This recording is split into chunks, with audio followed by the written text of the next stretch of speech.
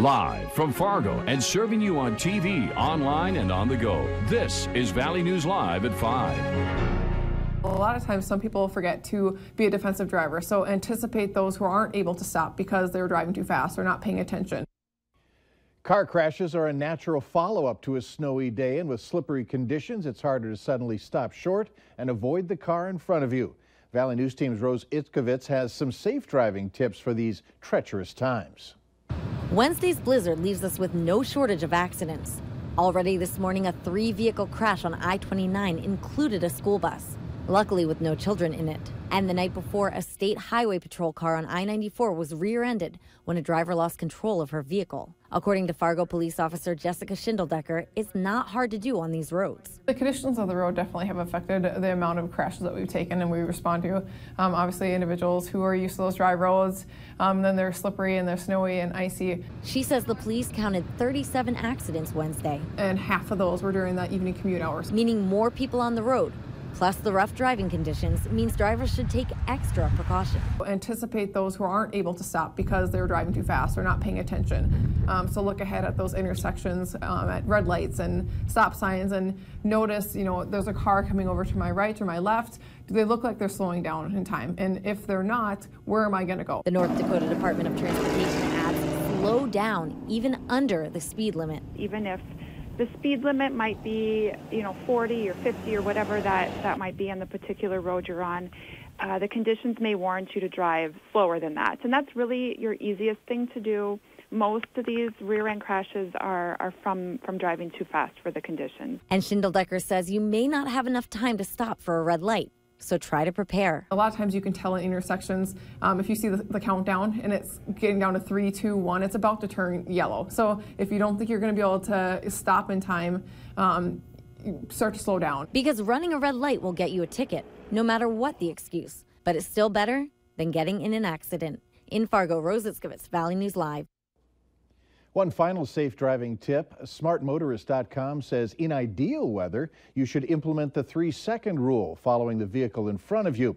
But in bad conditions like the ones we have now, you should double that to 6 seconds. And the weather wasn't the only factor in crashes today. Fargo police say an emergency traffic light was to blame in this 2-car crash on 32nd Avenue South and 25th Street. Authorities that we talked to say this serves as an important reminder to pull over immediately when emergency vehicles have lights and sirens turned on, giving them the right of way. A car crashed into a building at the intersection of First Avenue and University around 9:30 this morning. Investigators say it appears that there was some sliding involved. Damage to the car was on the front end. The driver is believed to have had minor injuries. Well, the snow has moved on, leaving us with noticeably colder temps. Thankfully, no monster wind to contend with. And Hutch, are we looking at this for Thursday night? Yes, the sun did feel quite nice on this winter solstice, the day with the shortest number of hours of daylight. Days just get a little longer. Hey, you've sent some photos that were fantastic. Rural Hatton picking up about 9 inches. Veronica, thank you for uploading your photo. And take a look at this one from Rural Hatton. Also nearly 9 inches of snow. Looking at snow estimates by the radar stretching from southern Grand Forks County all the way to Hubbard County in the Nevis area. Numerous reports of 6 to 9 inches. Just north of Fargo, numerous places getting closer to 4 to 6 inches. Fargo itself about 3.5 to 5 inches in the metro area. This evening, crystal clear and quiet out there. And sharply falling temperatures. Mike, it's 7 below in Devil's Lake, 1 below in Fargo, and 5 below in Grand Forks with Can-Do, the big winner, at 8 below. We're going to see temperatures really fall quickly in the early evening hours. And for some of us, a warming trend before daybreak. We'll have hour-by-hour details on what you can expect for your flaky Friday here in a minute. All right, thanks. You bet. An Illinois man convicted on sex trafficking charges in the Fargo-Moorhead area, including trafficking of a child, has now been sentenced. 30-year-old Anthony Collier was sentenced to 40 years in prison, followed by a lifetime of supervised release. Collier was found guilty in April of trafficking 5 victims from April 2015 through August of 2016 between Minnesota and North Dakota. His case was moved to federal court in Fargo after originating in Minnesota, where Collier once faced 15 charges in Clay County District Court of sex trafficking. A total of 5 victims were identified as part of this case. Authorities are looking into the discovery of a body in a burning car outside the Walmart parking lot in Devil's Lake.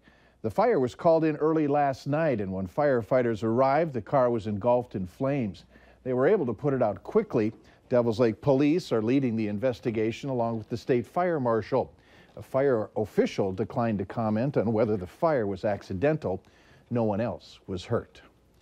The United Nations General Assembly is rejecting President Trump's decision to recognize Jerusalem as Israel's capital. The U.S. ambassador made it perfectly clear the matter is not negotiable. Laura Podesta reports from New York. U.S. Ambassador Nikki Haley accused the United Nations of a long-running bias against one of America's closest allies. To its shame, the United Nations has long been a hostile place for the state of Israel. Haley spoke as the General Assembly debated President Trump's decision to recognize Jerusalem as Israel's capital and to move the American embassy to the Holy City from Tel Aviv. The vote went overwhelmingly against the U.S., 128-9, declaring the president's decision null and void. The United States will remember this day in which it was singled out for attack in the General Assembly for the very act of exercising our right as a sovereign nation. Haley also reminded the Assembly America is the UN's biggest contributor, but can cut that funding at any time. White House Press Secretary Sarah Huckabee Sanders said that's a fair threat. I think it's appropriate for the president to put America first and focus on the safety and security of Americans. That's his job. As for moving the U.S. Embassy to Jerusalem, Haley says it's America's right to make that choice and that no vote will make a difference. America will put our embassy in Jerusalem. That is what the American people want us to do. She left the stage with a final message that the Trump administration will remember this vote and the countries that chose to disrespect the U.S. Laura Podesta, CBS News, New York. A U.S. spokesperson added that the vote breakdown showed that many countries gave their relationship with the U.S. priority over an attempt to isolate the country over a decision it had the sovereign right to make. The United States House has narrowly passed a short-term spending bill, the first step as the Republican-led Congress tries to avert a government shutdown at midnight on Friday. The stopgap bill keeps money flowing to the Pentagon and domestic agencies through January 19th. The Senate still must vote. Lawmakers were rushing to complete the bill while they punted on more contentious issues, leaving fights over health care, immigration, and national security until next year. On the orders of the Attorney General Jeff Sessions, Justice Department prosecutors have started asking FBI agents to explain the evidence they found in a criminal investigation into the uranium deal that critics have linked to Bill and Hillary Clinton. The interviews are part of the Justice Department's effort to fulfill a promise that an assistant attorney general made to Congress to look at whether a special counsel was warranted to look into the Uranium One deal. That issue is a 2010 transaction in which the Obama administration allowed the sale of U.S. uranium mining facilities to Russia's state atomic energy company. Hillary Clinton was Secretary of State at the time, and the State Department was one of 9 agencies that agreed to approve the deal after finding no threat to U.S. national security.